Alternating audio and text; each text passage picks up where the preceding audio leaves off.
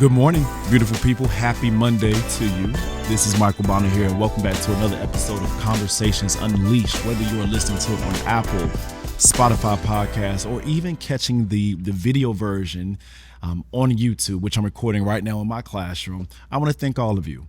In the beginning of this year, I had a personal goal to have 1,000 followers just to listen to the podcast. Everyone, we're well over 3,000 followers. We have tripled my goal, and I couldn't have done that without you sharing the podcast, without you entertaining and engaging. And that's why I'm going to make sure I get better with this in my own unique way. And I'm really excited about this podcast today because it is Thanksgiving 2024.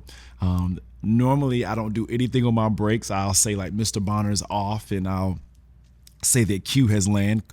Q stands for Quincy, who's the other side of me that I made up when I'm on vacation and stuff. So I put Quincy away for a minute just to come here and film in my classroom on this Sunday, and you'll listen to this on Monday or whatever time you decide to listen to give you something that I think is going to be really good for you. And as I'm getting older and as I've had this experience building this podcast, I recognize that it's not just educators who are listening to this. You have people from C-suite organizations. You have entrepreneurs. There's parents that are listening to it. There's parents even here from the school that are listening to it. And more importantly, my students are tuning into it. So the topics I pick are careful, and the topics I pick are real, because I've been thinking to myself, if I pass away, which I am not planning on doing for the next 50 years, okay, I want to be clear with that. What will people have that I have left behind visually in an audio sense that they can take with them pushing forth when it's years, hundreds of years I'm not here? And that's why I'm excited about this one today, because this podcast topic is going to be called Thanksgiving 2024, One Cure for Depression. And I'm excited about this because it gets a little spicy. So let's get into it.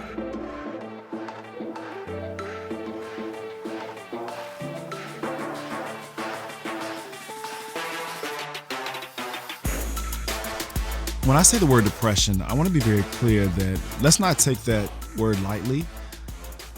I want us to really frame things up for how we are right now in the economy. Inflation is starting to come back down according to the data, but people are still struggling, to make money. Things are happening. There's so many different types of mental attitudes that are taking place. And this morning in my home, I was sitting on my sofa and I was just laying around, and I found this video from 2017. And it was a video when I signed my first contract or my deal to work with Premier Speakers as a keynote speaker. And it took me back because I was talking about, don't give up inside of the video way back then. But it really reminded me back to 2015.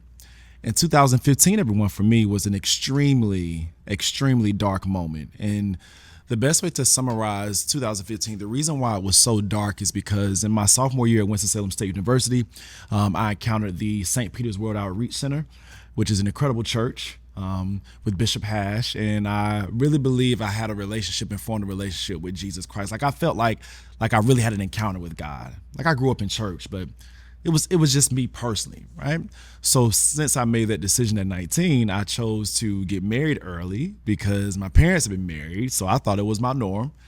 And 2015 was the year I chose to initiate my separation for divorce. That was like the catalyst for everything. And y'all, at that time, I was just in such a dark place because around Winston-Salem State, and if you ask anybody that went to school with me, and it's funny, I just left their homecoming, they would tell you that I was very adamant about my faith. In fact, when I transferred to Elizabeth City State, if you go to my Facebook right now, it is November 24th. You're probably listening on the 25th of this week. If you scroll down around 2013 on my Facebook profile pictures, you will see me with like a Christian t-shirts and things on, right? I was very zealous about my faith. So when my marriage began to crumble, and I tell people it was the right decision, wrong timing, because you can't pick a wife if you don't know who you are. So that was on me. That was my responsibility. I chose wrong. But during that time, I did not have the clarity to know I chose wrong. God have mercy, y'all. I was sad. I think I was beyond sad. I think I was heartbroken. I was depressed because as a man, I put myself out there, and we live in this time where a dude will be with a chick for 4, 5, 6, 7 years and still won't commit in a serious relationship with marriage to her. And you'll have some say, well, I don't have to be married, and I don't believe in signing a contract. You sign a contract for a house and a car. But that's another topic for another day. I want to show you, I have proof that I was at a dark place during that time. In fact, on my personal devices, I found this journal because I was journaling during this time. Listen to what I was saying in June 19th, 9 o'clock in the morning in 2015. The name of this journal was Processing the Situation. And I said, it has been 40 days since I've separated from the name of my ex-wife. The process in the beginning was tough emotionally, more so from the external aspect of everyone's opinions. I took a toll on me for a moment. It took a toll on me for a moment. I had to learn how to stay firm in my decision despite the opinions of others who did not live in the same house as me. And I went more, further on in it. But even during that time was the time I actually turned off all my notifications for social media. To this day, my notifications have not been on for social media, even when you include all the Ella moments and all the things and emotion I have going on now. But I remember that time, yo.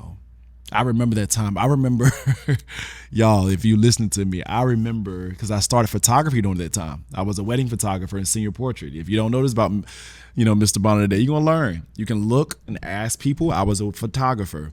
I took all the money that I had and I had it stuffed away in my pockets and took it out of the bank account because the house went to foreclosure and I thought the bank was going to take my money to pay the mortgage. So I'm walking around with thousands on me, at least $2,000 to $3,000, and it was just a wild time, and I was definitely sad.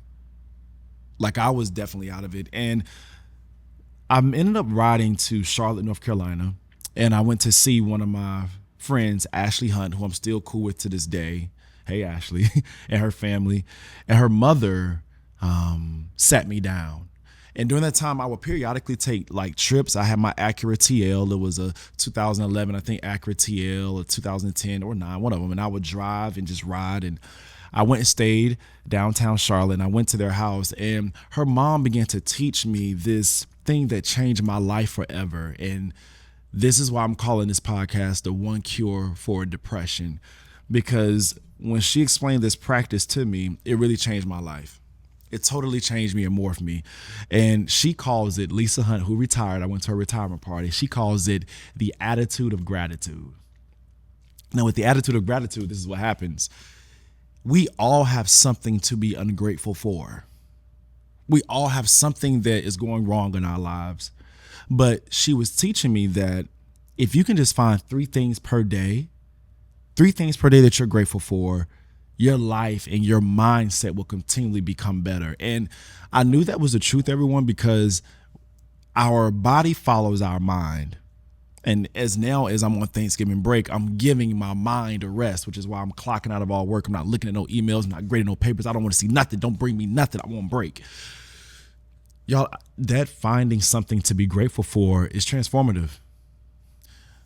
One of the things I've learned as we go through so many different things and stages in our life, whether you're in a heartbreak or you're in a happy situation right now, there's always something to be grateful for and there's always something wrong. But the thing is, what are you going to focus on? Right. And I know for me, I have discovered, and you probably didn't even think about it, but our heart beats by itself. Have you noticed that? You don't even really have to think about it beating by itself. And the unique thing about our mind is that you can't have 2 thoughts at the same time. Either you're going to think negatively or you're going to think positively. And you have to choose which particular route you want to go on. So in my roughest moments, I try my best to find moments to, hey, what am I grateful for? Right? What am I grateful for? Because you're always going to, you can have more money right now. You're going to have more problems. That's why I like the poem, Choose Your Hard. Choose Your Hard says this in relation to the money. Like I said, have more problems. Being broke is hard. I know. I grew up with food stamps. I grew up with one air conditioning unit in the window. We didn't have an HVAC system until I was in middle school, right? But also having a little bit of funds is hard as well. Why? Because you have to pay taxes. And the more money you make, the more taxes you have to pay. You have to worry about people being around you for your money. You have to worry about all those things. And what I have learned is if you can channel your gratitude, things will get better. Your mind will begin to follow suit. So on this Thanksgiving week, as all of us work in different type of professions, we all got some type of drama and stuff going on. Join me this week, y'all. Join me this week in finding things to intentionally be grateful for. To intentionally be grateful for. And if you need some examples, I'll give you some examples. All right. Here's some good examples for me. Example. I used to work at a crazy school. Crazy, not the kids, but just the system that was put into place there. And I transitioned to work at RCA. I love being here at the Ron Clark Academy. It is a privilege and an honor to serve my students, the parents, and the community at the place that I work at. But it is hard work. And what I've learned is when you normally have hard work or an intense schedule, it is so easy to complain, right? Like a good example at our school is you have to memorize all the kids' names, first and last name, and then you will get a spelling test on it at the beginning of the year before the kids come in. I can easily complain about how that's not necessary to build a relationship, right? Or I can say, you know what? I'm grateful I'm in a space where they value kids so much that they want to be able to make sure you know how to pronounce their names correctly and know their family so the kid can feel more at home. There is always something to complain about. This week, I want to challenge you. Try to find something to be grateful for. The attitude of gratitude. And you know why people struggle with gratitude since we on this topic, right? Because I got on y'all last week we got on other haters and stuff last week. You know why people struggle with gratitude? It's just keep it a buck. It's because of the noise around them. It's because of the people that they hang with. It's because of the same concept, misery loves company.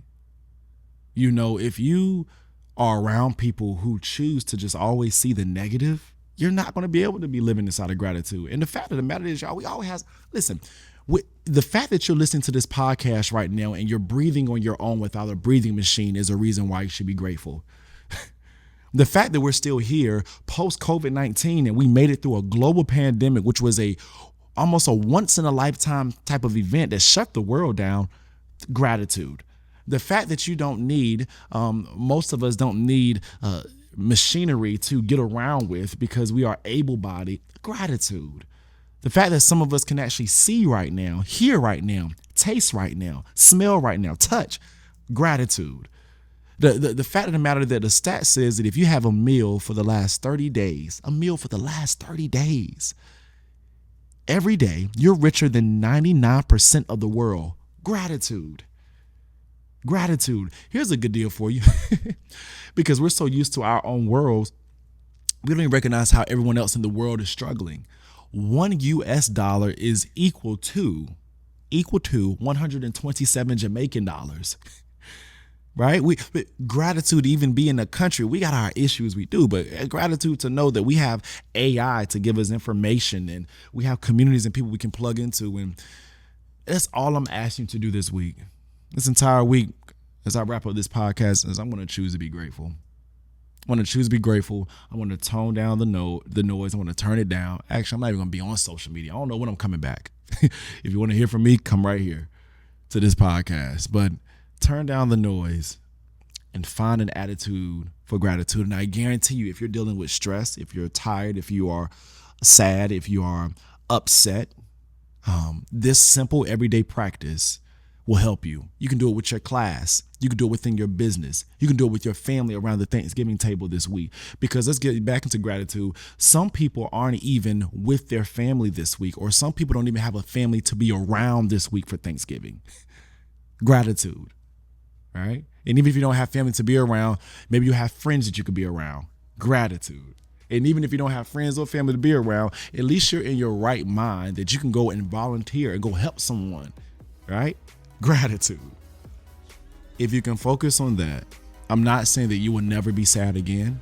I'm not saying that you may not have bouts with depression or fight against tough moments. But what I will say is you will put yourself in a better position to handle those storms when they come your way.